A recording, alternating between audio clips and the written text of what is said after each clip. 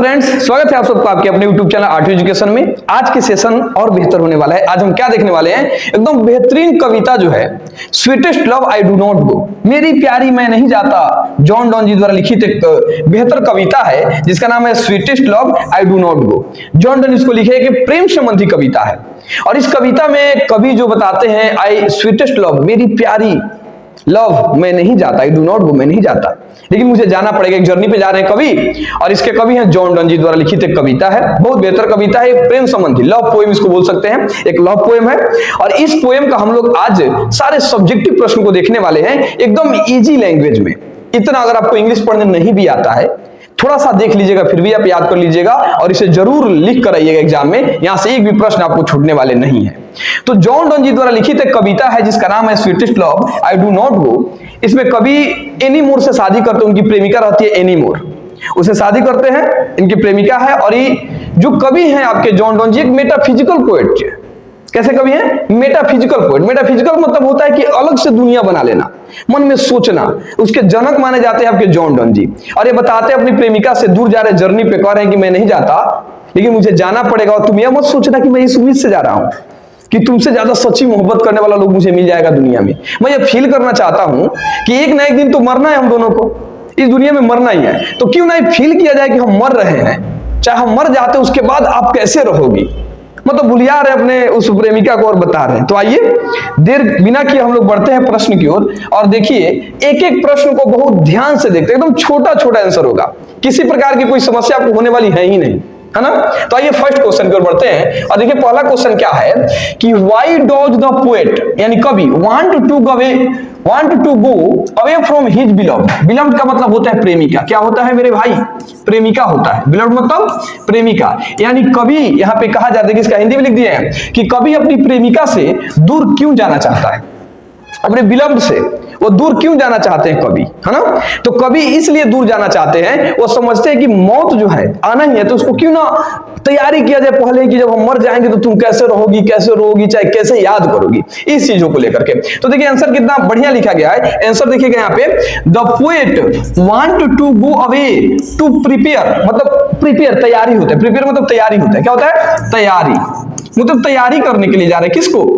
Himself for death, यानी मृत्यु की तैयारी करने के लिए जा रहे हैं कि अगर हम मर जाते हैं तो तुम आप कैसे रहोगी। तो ये आंसर क्या लिख दिया गया है कि कवि मौत की जुदाई को सहन की तैयारी करने के लिए दूर जाना चाहता है कि जब हम मर जाएंगे तो तुम मुझे कैसे सहन करोगी, तुम मुझे कैसे याद करोगी, कैसे आहे भरोगी, क्या करोगी। इसको सहन करने के लिए वो क्या करते हैं, अपने बिलव्ड से, अपने प्रेमिका से दूर जा रहे हैं, ठीक ना। तो कितना बढ़िया आंसर है, देख लीजिए, the poet want to go away to prepare himself for death, यानी मृत्यु की तैयारी के लिए वो क्या करते हैं, अपने प्रेमिका से दूर जाना चाहते हैं। आई थिंक आप फर्स्ट क्वेश्चन के आंसर बहुत बेहतर तरीका से समझ चुके होंगे। अगर आपको समझ में आ गया है तो चैनल को सब्सक्राइब कर लीजिए, उस बटन को दाबिएगा, कलरफुल हो जाएगा, वैसे ही आपकी जिंदगी भी कलरफुल हो जाएगी। आइए नेक्स्ट प्रश्न की ओर बढ़ते हैं। एकदम मजा के साथ आप याद करके जाइएगा, घबराने की कोई जरूरत नहीं है। चलिए अब सेकंड प्रश्न को देखते हैं। दूसरा क्वेश्चन देखिए कह रहा है, what are the things that the sun does not have, यानी सन के पास, सूरज के पास क्या क्या नहीं है। क्या कहा जा रहा है? डज नॉट हैव, यानी सूरज के पास क्या नहीं है, सूरज के पास क्या नहीं है। यानी इसमें कवि बताते हैं अपनी प्रेमिका से कि देखो मेरी प्रियतमा, मेरी प्रिय, कि सूर्य जो था कल ही आया था, यस्टरडे नाइट, कल ही आया था, मतलब कल ही गया था और देखो फिर आज आ गया, मतलब यस्टरडे नाइट कल गया था और फिर आ गया। यानी उसके पास ना ही कोई डिजायर है, ना ही कोई सेंस है, सेंस मतलब समझ होता है, ना ही कोई उसके पास डिजायर है, ना ही कोई उसके पास इच्छा है, ना ही उसके पास प्रेमिका है, फिर भी वो देखो कल गया था और फिर आज आ गया। मेरे पास तो तुम हो, मुझे तो इच्छा है तुम्हारी, तुम मुझसे प्रेम करती हो, मैं तुमसे प्रेम करता हूं, मैं भी अपनी जर्नी को पूरा करके जल्द से जल्द आ जाऊंगा। इसी चीज को इसमें बता रहे हैं। तो देखिए क्या कह रहे हैं, आंसर देखिएगा कितना प्यारा सा है, the sun has no sense, सूरज के पास सेंस नहीं है, मतलब कोई समझ नहीं है उसके पास, उसके पास क्या है, समझ नहीं है।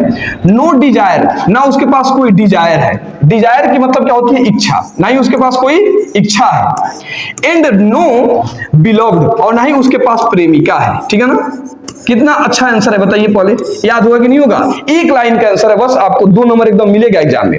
और बुक के जो बुक का क्वेश्चन आंसर है वहां से सब्जेक्टिव में 5 नंबर का क्वेश्चन नहीं पूछा जाता है, ओनली 2 नंबर का आपके एग्जाम में क्वेश्चन पूछा जाता है और 2 नंबर के लिए तैयार आपको किया जा रहा है। तो आंसर देख लिया आप कि the sun has no sense, सूरज के पास सेंस नहीं है, डिजायर नहीं है और ना ही उसके पास क्या है, बिलव्ड नहीं है, ना उसके पास कोई प्रेमिका है। समझ में आ गया? चलिए नेक्स्ट प्रश्न देखते हैं।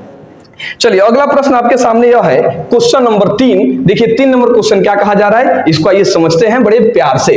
क्वेश्चन है what will make the speaker's journey speedier, यानी कहने का मतलब है कि कौन सी ऐसी चीज है जो स्पीकर्स मतलब क्या हो गए, कवि हो गए, कवि की यात्रा को, है ना, उनके जर्नी को क्या कर रही है, तेज कर देती है। क्या कर देती है? तेज कर देती है। समझ में आया? यानी कहा जा रहा है कि what will make the speaker's journey speedier, यानी उनके जर्नी को, उनके यात्रा को क्या तेज कर देती है ना? तो यहां समझेंगे ध्यान से।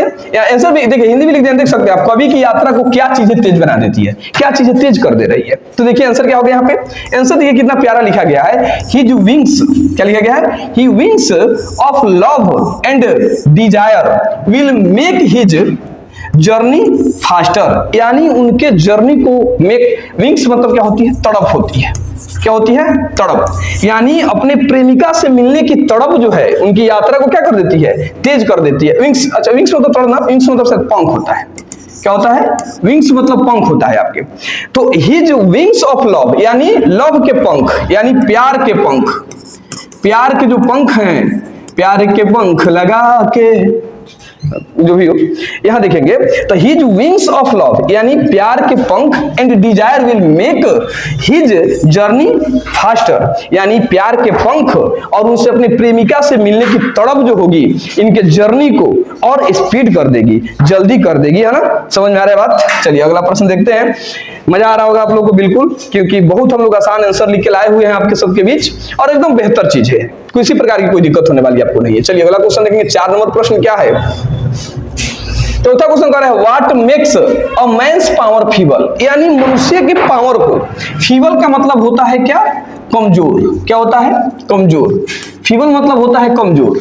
यहाँ पे है मैन्स पावर, यानी मनुष्य की शक्ति को, मानव की शक्ति को क्या चीजें जो है कमजोर कर देती है, मानव की शक्ति को क्या चीजें कमजोर कर देती है, मैंस फीबल, यानी मनुष्य की शक्ति क्यों कमजोर है, इतना कमजोर इसलिए हो जाता है मैंस की शक्ति, क्योंकि हम लोग अगर कोई दुख आ जाता है तो उसको बार बार रिपीट कर करके मन में सोचते हैं, सारा एनर्जी उस पर लगा देते हैं उसको दूर करने के लिए।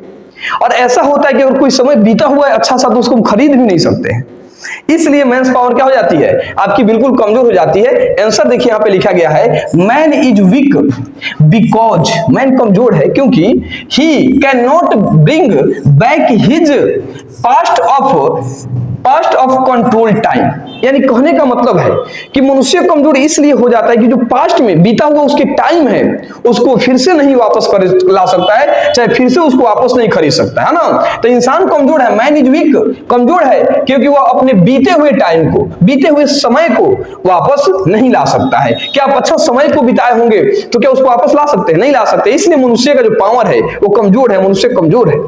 चलिए अगला प्रश्न की ओर बढ़ते हैं और अगला क्वेश्चन देखिए कितना प्यारा सा क्वेश्चन है, 5 number question.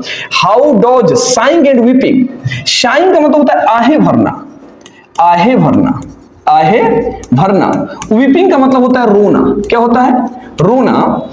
Effect the speakers, यानी कहा जा रहा है यहाँ पे कि how does saying and weeping, यानी जब प्रेमिका इनकी आहें भरती है और इनकी प्रेमिका जब रोती है, यानी जब प्रेमिकाएं आहें भरती है और रोती है, इनकी जो पत्नी है रोती है, अफेक्ट द स्पीकर, उसका क्या इफेक्ट पड़ता है, क्या असर पड़ता है कवि पे, स्पीकर्स पे क्या उसका असर पड़ता है। चलिए आंसर देखेंगे, लिखा गया है it hurts the poet and, क्या है यहां देख लीजिए इसको, poet and takes away his life energy, यानी कहने का मतलब है कि इससे कवि को बहुत तकलीफ होती है, बहुत दर्द होता है, उनको क्या होता है, हर्ट होता है, दर्द होता है, उनको तकलीफ होती है जब उनकी प्रेमिकाएं क्या करती है, आहें भरती है और रोती है, ऐसे लगता है ना कि उसकी जान ही निकल रही हो। क्या निकल रही हो? जान निकल रही है। प्रेमिकाएं जब रो रही है भाई आपकी, तो लगा आपको कि अरे जान निकल रही है यहां से। तो ये बता रहे कि जब कवि, जो प्रेमिका है कवि की, जब वो रोएगी या आहें भरेगी तो इसका क्या इफेक्ट पड़ेगा कवि पे? तो इसका इफेक्ट नहीं पड़ रहा है कि उनको तकलीफ हो रही है, हर्ट हो रही है और ऐसा लग रहा है कि जान ही क्या हो जाएगी, निकल जाएगी। चलिए समझ में आ रहा है ना? मजा आ रहा है कि नहीं आ रही बता दीजिए। वीडियो देख रहे हैं, मजा आ रहा है बिल्कुल, तो कमेंट कीजिए, शेयर कीजिए और चैनल को सब्सक्राइब कीजिए ऐसे ही बेहतर चीजों के लिए।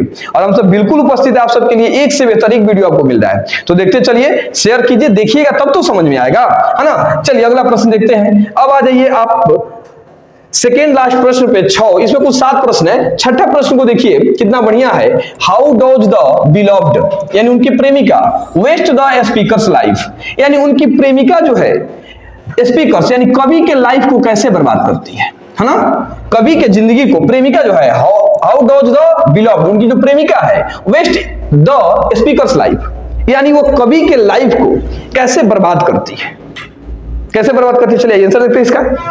आंसर है she waste his life by crying and being too sad. कहने का मतलब है कि वो रो रो कर, क्राइंग मतलब क्या होना, रोना, रो रो कर, रो रो कर, रो रो कर, एंड बीइंग मतलब कहने का मतलब है कि दुखी होकर के, बीइंग मतलब क्या होता है, दुखी होना, दुखी होकर के इनके जीवन को क्या करती है, बर्बाद करती है। सैड होकर के, दुखी होकर के, सैड होकर के क्या करती है, इनके जिंदगी को बर्बाद करती है। तो she wasted his life by crying and being too sad, यानी वो रो रो कर और ज्यादा दुखी होकर के कवि के जिंदगी को क्या करती है, बर्बाद करती है, कवि के समय को, कवि के जिंदगी को बर्बाद करती है। आई थिंक छठा प्रश्न आप समझ गए होंगे।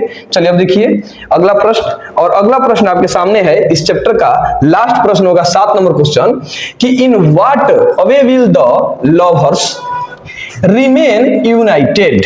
कहने का मतलब यूनाइटेड मतलब एक साथ जुड़ के कैसे रह सकते हैं, यानी in what way will the lovers remain United, यानी प्रेमी किस तरह हमेशा साथ रह सकते हैं, किस तरह से एक दूसरे के साथ रहते हैं, चाहे रह सकते हैं, कैसे रह सकते हैं। तो इसका आंसर देखेंगे, यानी प्रेमी प्रेमिकाएं जो हैं एक दूसरे के साथ कैसे रह सकते हैं, इसके बारे में बता रहा है। तो चलिए आंसर देखें क्या है। Lovers who live in each others hearts are never